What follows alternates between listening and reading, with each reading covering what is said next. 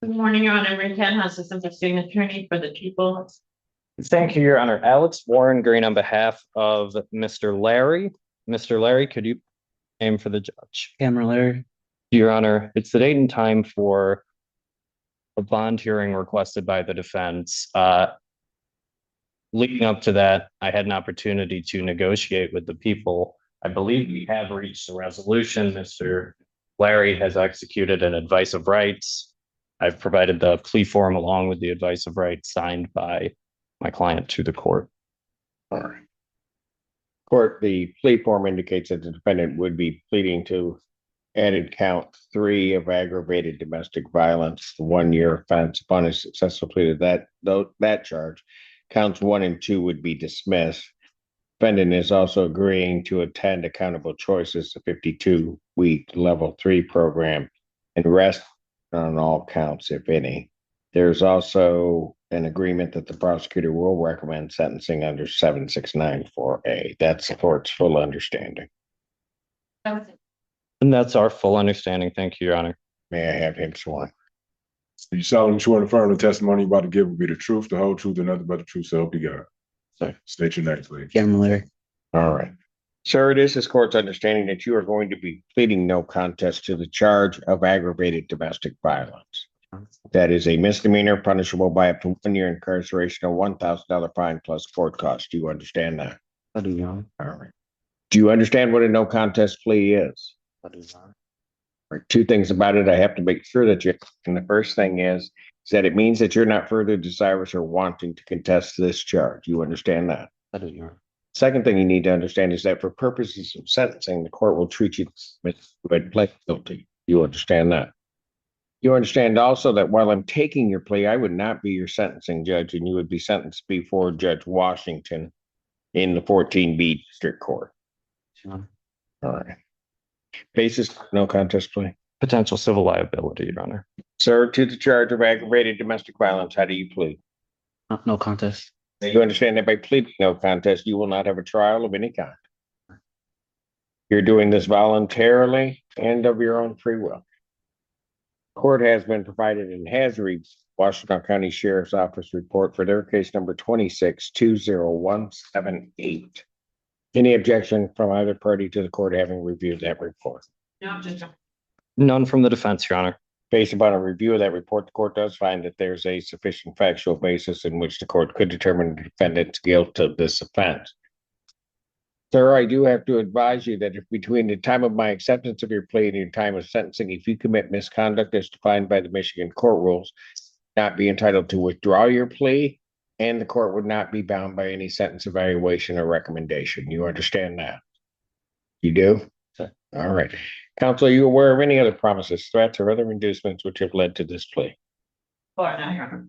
None from the defense. And have I complied with the court rule? People are satisfied.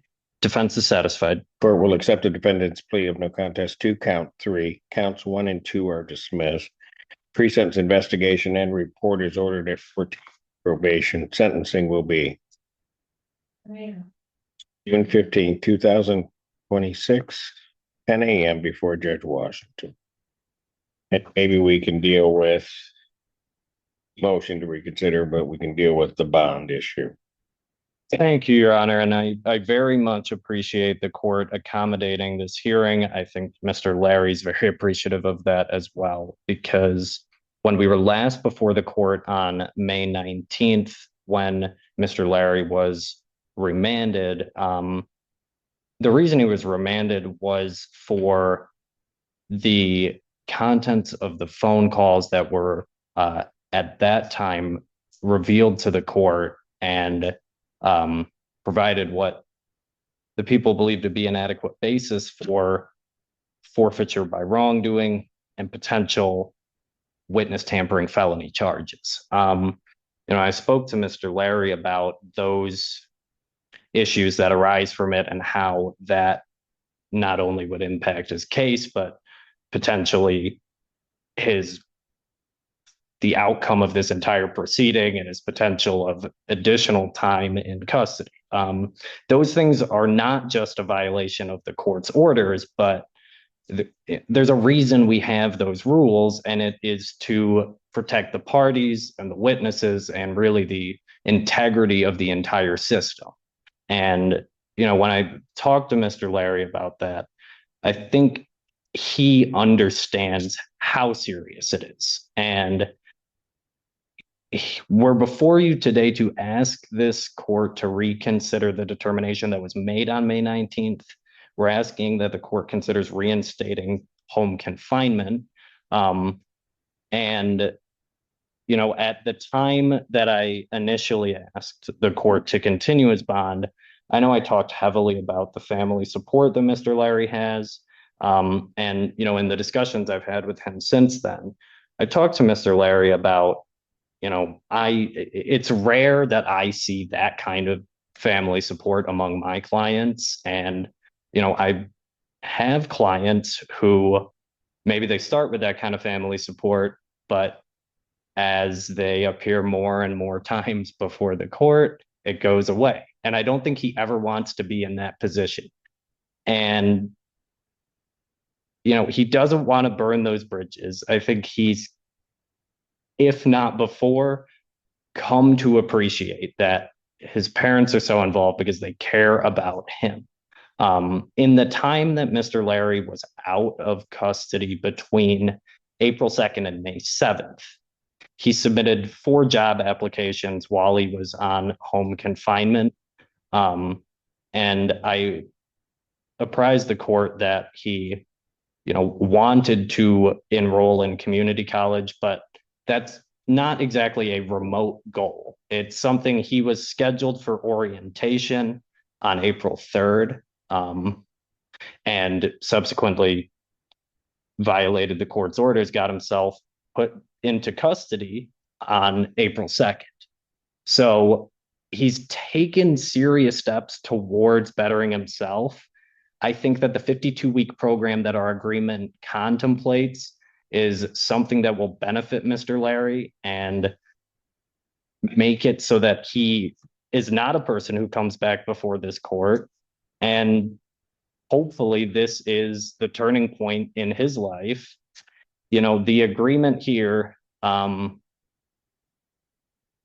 is a considerable reduction. And Mr. Larry understands that there are no felony charges anymore, but he has an opportunity to keep his criminal record clean at this point if he complies with the terms and conditions that are imposed on him by the sentencing court. I'm asking the court to consider allowing him to return to home confinement and establish a period of compliance prior to sentencing in the 14B district, so that at the time of sentencing, when the court's considering the people's sentencing recommendation to 4A, he has a period of compliance and he can present himself as a good candidate for probation. Your Honor, a couple changes to the motion that I would just like to put on the record. In paragraph 3, I said the bond was posted by Mr. Larry's parents. I should have written family members. Yes. In paragraph 21, I said, in addition to the orders I listed, a GPS hot zone tether, I conflated that with home confinement. Yes. But thank you, Your Honor. Your Honor, and Your Honor, first of all, people didn't respond via motion response. One, because this was a pretty quickly set, but more importantly, I didn't see anything additional in the motion, because the motion to reconsider. And our objection would be based on all the reasons that were put on the record when we were here Tuesday. Your Honor, I will say, as counsel indicated, this is a significant reduction of not moving forward with felony charges of witness tampering. It's not something that is commonly done when someone tries to interfere with the integrity of the criminal process. The reason we take these things seriously is because not only do we here have a victim of the assault that took place by Mr. Larry, we then have a victim to the whole court system and the procedure. The right to go through this process is a sacred right. And by no means, when we say accountability, do we mean that everyone has to be guilty or no contest, right, or conviction. We do mean that they have to take accountability and follow the process. And unlike the victim of his assault, the court system is not so easily coerced or bullied. So that is all really important for Mr. Larry to know moving forward. The reason for the reduction in large part is because defense counsel, the court have taken this seriously. I have full faith with the counsel and the court that Mr. Larry will be properly informed about the consequences if he does choose to continue violating the rules, the laws, and the conditions that were put in place. With that, though, also comes great responsibility on his part to make sure that now that he's been given this chance, now that he has been fully informed of the consequences of his actions, he chooses to do the right thing. Based on his age and lack of criminal history, offered to make at this stage, it was done early enough before we dwell deeper into the witness tampering investigation. And it's really his opportunity to really change the outcome of his life moving forward. With all of that, Your Honor, I'm going to leave to court's discretion regarding the motion. The court is not only aware of this case and the factors that would play into it, but also very aware of the dynamics that go into these types of cases. The court also knows my position on these types of cases. All right. Larry? Your Honor.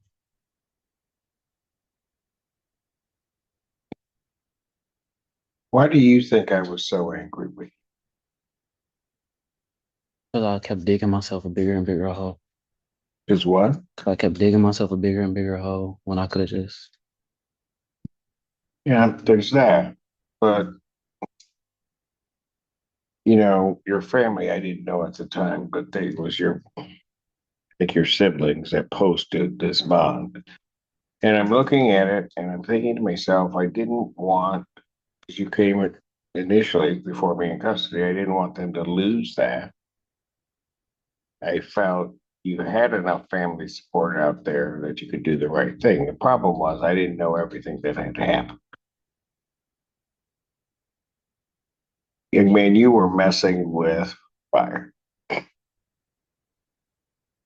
in ways that, quite frankly, you don't even understand by doing what you did.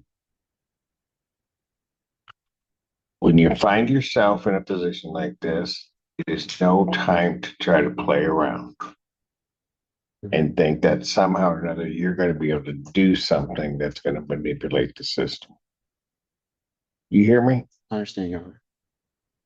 And if you think I don't put up with it, I'm going to tell you right now, you're going before Judge Washington. She is not going to tolerate it, not one bit. So I'm going to suggest to you that you toe the line.